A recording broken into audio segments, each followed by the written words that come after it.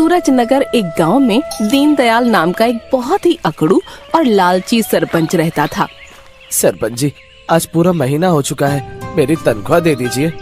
अरे हाँ, ये ले तेरे 250 रुपए। सरपंच जी, केवल 250 रुपए? लेकिन मैंने तो आपके यहाँ 2 दिन काम किया था।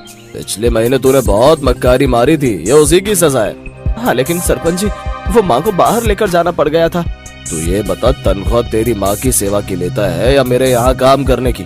अब चुपचाप ये 250 रुपए पकड़ और सीधे चलते बन। लेकिन सरपंच जी, ये तो नाइंसाफी है, आप मेरे साथ ऐसा नहीं कर सकते। अरे तू होता कौन है मुझसे सवाल करने वाला?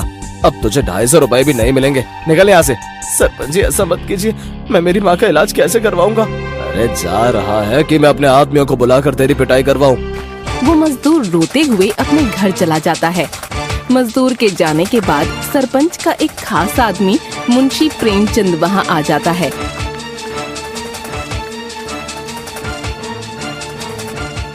और सरपंच जी, कैसे हो? बड़े ही चिंतित दिखाई दे रहे हो।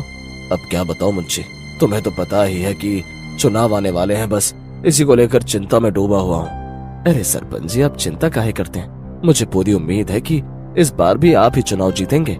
हाँ लेकिन इस बार अपने गांव का दिनेश मेरे विपक्ष में चुनाव लड़ रहा है। अगर वो जीत गया तो वो सब आप मुझ पर छोड़ दीजिए सरपंच जी। बस आप समय समय पर मेरी जेब गर्म करते रहिए। बस एक बार जीत तो जाने दो मुंशी। तुम्हें सिक्कों से ना नहला दिया तो कहना। बस आप मेरा ख्याल रखिए, मैं आपका ख्याल रखता रहूंगा। तू फिक्र मत कर मुंशी, बस एक बार जीत जाने दे। सरपंच जी, थोड़े प्रचार वगैरह करवाने के लिए थोड़ी दान दक्षिणा दे देते तो अच्छा होता। ये ले, पूरे 20,000 है। और हाँ, याद रहे, प्रचार के लिए एक भी घर नहीं छूटना चाहिए।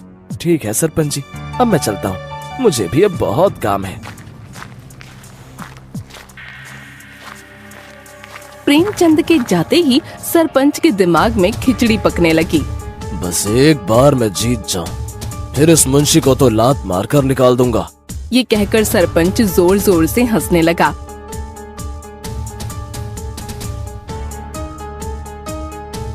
देखो सुनीता, तुम्हारे कहने पर मैं चुनाव में खड़ा तो हो गया, लेकिन क्या मैं जीत पाऊंगा? देखिए जी, मुझे पूरा विश्वास है कि आप चुनाव जरूर जीतेंगे। बस आप ऊपर वाले पर भरोसा रखिए। दीनदयाल सरपंच ने सभी जगह उसके पोस्टर लगवा दिए और वो पता नहीं लोगों को क्या क्या लालच देगा जीतने के लिए। वो अकड़ू सरपंच कितना भी लालच दे दे, लेकिन जीतेंगे तो आप ही, मुझे पूरा विश्वास है। दिनेश और सुनीता आपस में बातें कर ही रहे होते हैं कि तभी सरपंच दीनदयाल उनके घर आ जाता है।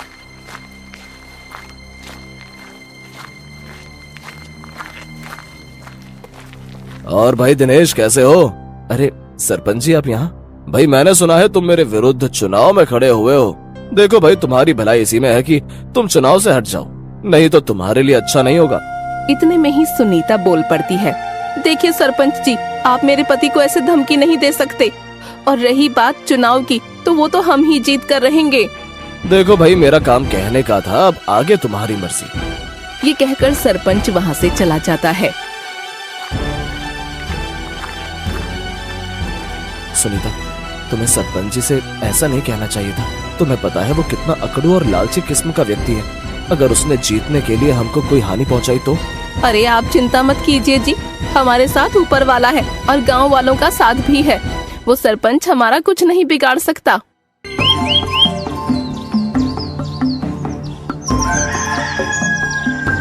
कुछ दिन बाद पूरे गांव में चुनाव का माहौल बनने लगा। चारों तरफ चुनाव की चर्चा होने लगी। तभी एक आदमी दूसरे आदमी से बोला, यार भाई, तुम किसको वोट दोगे? भाई मन तो दिनेश को वोट देने का है, लेकिन अगर सरपंच को वोट नहीं दिया तो वो मेरी गिरवी जमीन हड़प लेगा। भाई मैं तो अपने दिनेश भाई को ही वोट दूंगा। अरे धीरे बोल, अगर सरपंच जी के आदमी ने सुन लिया तो वो तेरी मार मार कर खाल उधेड़ देंगे। और तभी वहाँ पर सरपंच का आदमी मुंशी प्रेमचंद आ जाता है। और किसको वोट देने का विचार है आप सभी का? अरे देना क्या है भाई, अपने सरपंच जी को ही वोट देंगे। हाँ, हम तो सरपंच जी को ही वोट देंगे। कुछ देर बाद दिनेश भाषण देने के लिए मंच पर आता है।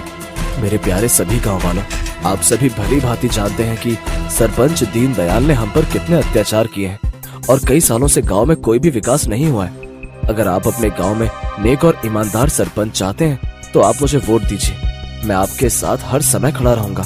और इतने में ही एक आदमी दौड़ते हुए वहाँ आता है और कहता है, अरे गांव वालों, तुम यहाँ क्या कर रहे हो? वहाँ पर सरपंच दीनदयाल सभी को मुफ्त में राशन और पैसे बांट रहा है। उस आदमी की बात सुनकर सारे लोग सरपंच दीनदयाल के पास चले जाते हैं। देखा सुनीता, उस सरपंच ने राशन और पैसों का लालच देकर सारे गांव वालों को अपनी ओर आकर्षित कर लिया। जी मुझे तो दाल में कुछ काला लगता है। ये लालची सरपंच लोगों पर 1 रुपया खर्च ना करे और आज सबको मुफ्त में राशन बांट रहा है। बात तुम्हारी सही है सुनीता, जरूर इसने कुछ घोटाला किया है। हमें भी वहाँ जाकर देखना चाहिए। हाँ जी चलिए। ये कहकर दोनों सरपंच के यहाँ चले जाते हैं। वहाँ जाकर देखते हैं कि सरपंच का आदमी मुंशी लोगों को मुफ्त में राशन बांट रहा है। ये लो गाँव वालों, मुफ्त में राशन, जितना मर्जी उतना ले जाओ। ए जी, इनके पास इतने सारे पैसे आए कहाँ से राशन बांटने के लिए? वो सब तो ठीक है, लेकिन सरपंच दिखाई नहीं दे रहा है। ए जी, वो रहा पेड़ के पीछे, लगता है किसी से